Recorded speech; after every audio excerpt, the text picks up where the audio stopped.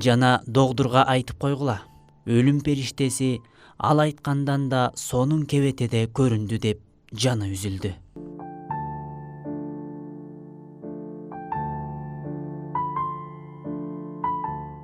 Кырк жылдан бери рак оорусуна жолуккан бейтаптарды даарылайм.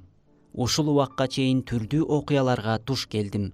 Алардын ичинен 1976 жылы болгон бир окуяны баяндап берейин.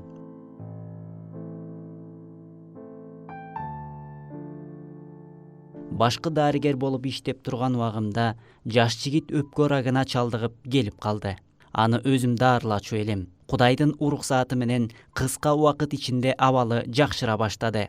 Болгону кеминде 5 жылга чейин өзүн жакшы карап, кээ бир нерселерден тыйылып турушу керек эле. 4 жыл өтүп, ал жигит Измирге барып келүүнү суранып калды.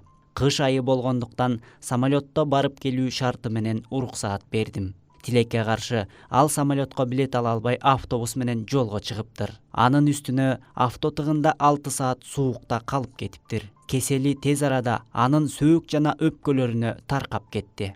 Бул болсо башка оорулардын да сезгенишине себеп болуп, баса албай, дайыма кислород менен дем ала турган абалга алып келди. Бир жолу үйүнө барганымда, доктор, мен сизге абдан нааразымын деди. Эмне үчүн деп сурадым. Сиз диндар адам экенсиз. Неге мага да Аллахты, өлүмдү, акыретти түшүндүрүп бербедиңиз?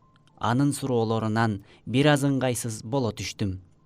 Жигиттин көңүлүн алуу үчүн аракет кылып, догдурга ар кандай абалда акчасын берип даарылана бересиң. Бирок ыйман даарысын алуу үчүн чын дилден каалашың керек дедим. Ал чын дилден каалайм деген мааниде башын ийкеди. Ушундан кийин үмүтсүз медициналык даарынын үстүнө ыйман менен да даарылоо башталды. Ал болсо мен үйрөтүп жаткан ыйман акыйкаттарын чын жүрөктөн тыңшап, айрым учурда суроолорун берип турар эле. Бир күнү доктор, өлүп баратканда эмне дешим керек? Сага али шахадат келмесин айтуу узундук кылат. Аллах, Мухаммад десең, сага үзүр дедим. Оорусу күчтүү болгон үчүн көп кыйнабайт элем. Бул арада сапарга кетип калып, кыска убак көрүшпөй калдык. Кайтып келгенимде апасы коңгуроо кылып, балам бир жумадан бери укол албай жатат деди. Тезинен анын үйүнө барып, эмне үчүн укол албай жатканын сурадым. Анын жообун ушул убакка чейин унута албайм. Эстегенде титиреп кетем. Даарынын таасири менен уктап жатканда өлүмгө туш келип, Аллах, Мухаммад дей албай калсамчы деди. Эртеси күнү эч коркпо, беймарал укол алышың керек дедим. Жигит бул учурашуубузда акыркы суроосун берди. Доктор, Азраил мага кандай абалда көрүнөт? Уулум, Азраил алейхиссалам бир периште. Кыйналба. Ал сага жакшы кебетеси менен келет, иншалла деп жооп бердим.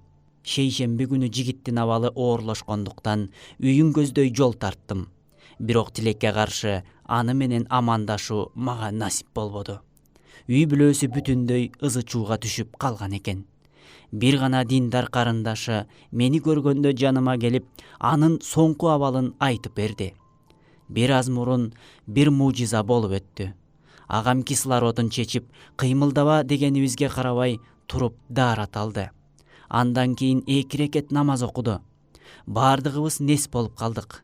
Кийин болсо шахадат келмесин келтирди. Жана догдурга айтып койгула. Өлүм периштеси ал айткандан да сонун кебетеде көрүндү деп жаны үзүлдү.